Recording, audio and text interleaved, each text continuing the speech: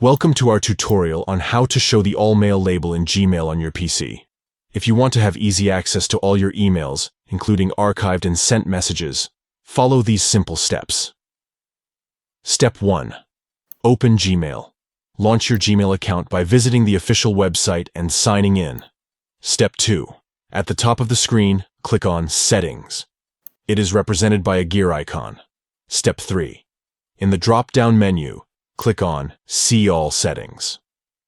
This will open the Gmail settings page. Step 4. On the top menu of the settings page, click on Labels. This will display all the labels associated with your Gmail account. Step 5. Locate the All Mail label and click on Show next to it. This will ensure that the All Mail label is visible in your Gmail sidebar, allowing you to easily access all your emails. By showing the All Mail label, you can have a comprehensive view of all your Gmail messages, making it easier to search and manage your email inbox effectively. Thank you for watching our tutorial.